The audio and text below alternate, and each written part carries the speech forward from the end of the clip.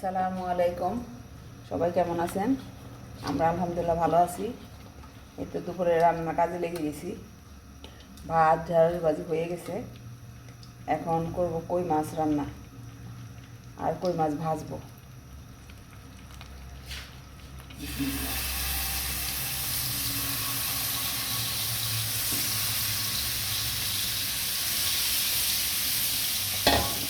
আর এদিকে চুলায় তেল দিয়ে দিচ্ছি, পেঁয়াজ তখন দিয়ে দিচ্ছি।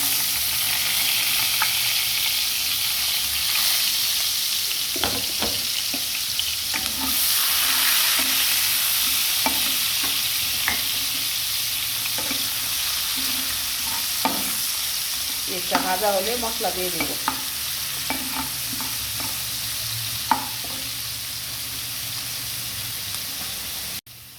পেঁয়াজটা মোটামুটি ভাজা হয়ে গেছে। এখন এই তো এখানে মশলা দিয়ে দিব। এখানে হলুদ, মরিচ গুঁড়ো, আদা, রসুন, জিরা বাটা, লবণ, একটু পানি দিয়ে গুলিয়ে নিয়েছি।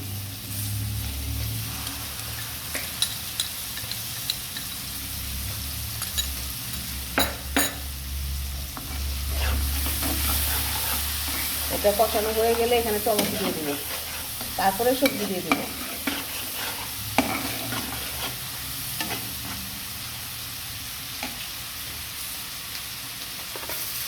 এদিকে দেখি মাছটাও দিয়ে দিই।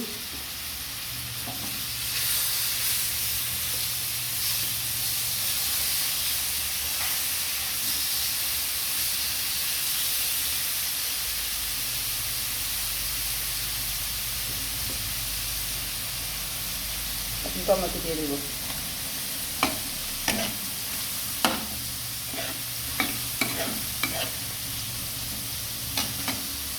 কষানো হয়ে গেলে সবজি দিয়ে দিব। আমি সবসময় টমেটোটা একটু আগে দিই। টমেটোটা গলে গেলে তরকারির সঙ্গে যখন মিশিয়ে তখন এটা আমার কাছে খেতে ভালো লাগে। এখানে আলু আর বেগুন দিয়ে দিচ্ছি।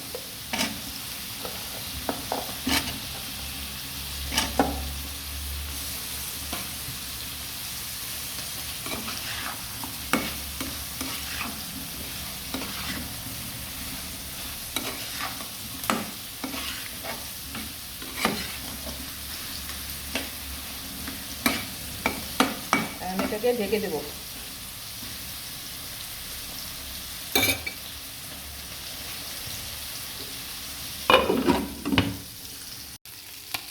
এই তো আমার মাছ ভাজা হয়ে গেছে।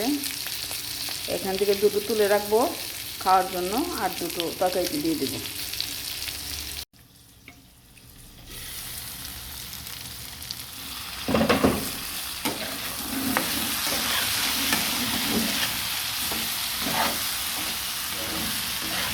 কষানো হয়ে গেছে, এখন আমি একটু পানি দিয়ে দেবো আলুটা সিদ্ধ হওয়ার জন্য।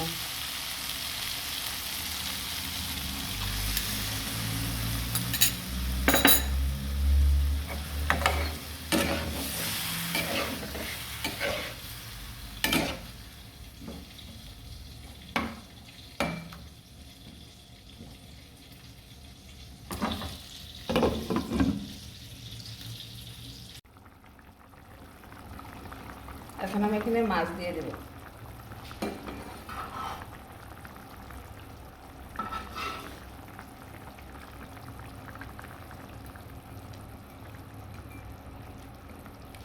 দিয়ে ঢেকে দিব, তারপর ধনেপাতা দিয়ে দিব।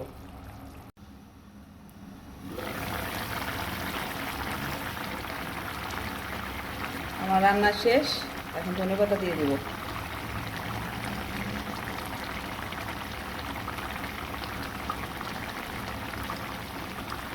শীতের দিনে ধনেপাতাটা খেতে অনেক ভালো লাগে, গরমের দিনে তো ভালো লাগে না।